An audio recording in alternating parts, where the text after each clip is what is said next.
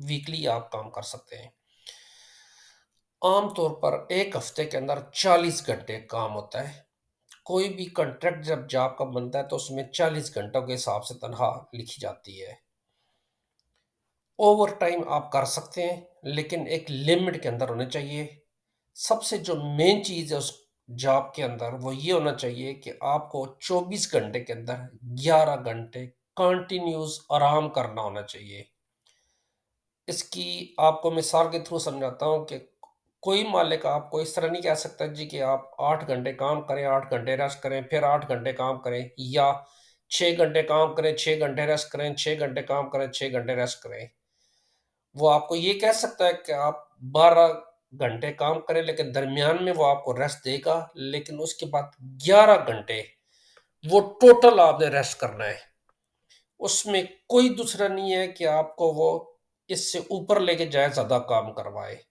اس کے بعد ہفتے میں ایک دن 24 گھنٹے آپ نے لگاتار آرام کرنا ہے۔ اس میں آپ اتوار کی چھٹی سمجھ لیں اس کو، یا کسی اور دن کی چھٹی سمجھ لیں۔ آپ کو ہر 7 دنوں بعد 24 گھنٹے کا ریسٹ آپ کے لیے لازمی ہے۔ اس کے بعد آپ کو سال کی کم سے کم 4 ہفتے کی چھٹی ہونی چاہیے، وہ بھی پیڈ ہونی چاہیے۔ اگر کوئی آدمی آپ کو یا مالک آپ کو یہ چیزیں نہیں دیتا، اس کا مطلب ہے وہ آپ کے ساتھ زیادتی کر رہا ہے، آپ اس کے خلاف شکایت کر سکتے ہیں۔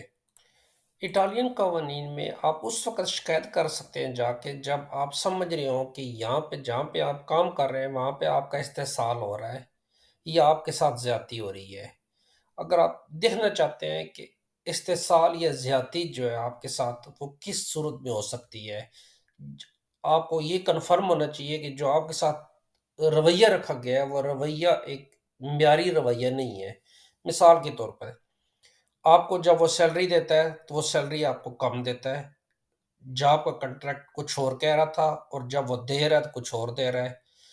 جو گھنٹے اس نے آپ سے بولے تھے وہ گھنٹے جو کنٹریکٹ پہ لکھے ہوئے ہیں ان کے ساتھ مطابقت نہیں رکھتے، یا وہ آپ کو ڈیلی کہہ رہا ہے جی کہ آپ 2 گھنٹے اور کام کر لو، 4 گھنٹے اور کام کر لو، بار بار وہ اس طریقے سے آپ کو زیادہ کام کروا رہا ہے اور آپ کا موڈ نہیں ہے زیادہ کام کرنے پہ۔ یا اگر وہ آپ کو کہتے ہیں جی کہ آپ اس ہفتے میں آرام نہ کرو ایک دفعہ، یا اگلے ہفتے میں بھی آرام نہ کرو، آپ کنٹینیوس کام کرو، یا اگر آپ کو وہ کہے جی کہ آپ کو سال کی جو چھٹی ملتی ہے سال بعد 4 ہفتے کی چھٹی، اس کی پیمنٹ نہیں ہوگی یا آپ چھٹی نہ کریں، یا اگر آپ بیمار ہیں تو بیماری کے دوران میں بھی آپ کو وہ تنخواہ نہ دے، یا جس جگہ پہ آپ کام کر رہے ہیں وہاں پہ صحت اور افزانے صحت کی سہولتیں جو ہے وہ میسر نہیں ہیں۔ مثال کے طور پر آپ کو ماسک میسر نہیں کرتا اگر وہاں پہ تیزاب کا یا دھواں وغیرہ ہو، تاکہ آپ کی صحت خراب ہو سکتی ہو، یا جگہ جہاں پہ آپ کام کر رہے ہیں وہ بہت ڈینجرس ہے، وہاں پہ سیفٹی کے اصول وہاں پہ نہیں ہے ہر چیز، تو آپ یہ سمجھ لیں کہ آپ کے ساتھ استحصال ہو رہا ہے۔ اس کے ساتھ سب سے جو اہم اور خاص چیز ہے وہ یہ والی، کام کے دوران اگر وہ نگرانی آپ کی کر رہا ہے اور وہ نگرانی کا طریقہ کار اس کا ذلت آمیز ہے، وہ شور مچا رہا ہے، وہ کیمرے لگائے ہوئے اس نے، یا آپ کی سر پہ کھڑا ہوا وہ آپ پہ طنز کر رہا ہے، تو یہ بھی آپ کے ساتھ وہ زیادتی کر رہا ہے۔ اس زیادتی کی بھی آپ شکایت کر سکتے ہیں۔ اگر آپ کے ساتھ کام پر کوئی زیادتی ہو رہی ہو اور آپ سمجھ رہے ہیں کہ آپ حق بجانب ہیں، تو آپ کس کو جا کر رپورٹ کریں گے کہ آپ کے ساتھ یہاں پہ زیادتی ہو رہی ہے؟ اس سلسلے میں مختلف چیزیں اٹلی میں موجود ہیں۔ آپ ٹریڈ یونین کو مثلا سی جی ایل کاف کو جا کر شکایت کر سکتے ہیں، جو تجارتی انجمنیں ہوتی ہیں ان کو آپ شکایت کر سکتے ہیں، یا آپ مقامی بلدیہ میں جا کے شکایت کر سکتے ہیں۔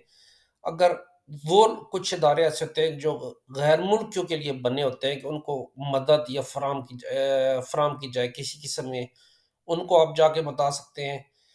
یا اگر آپ ایک ٹول فری نمبر ہے،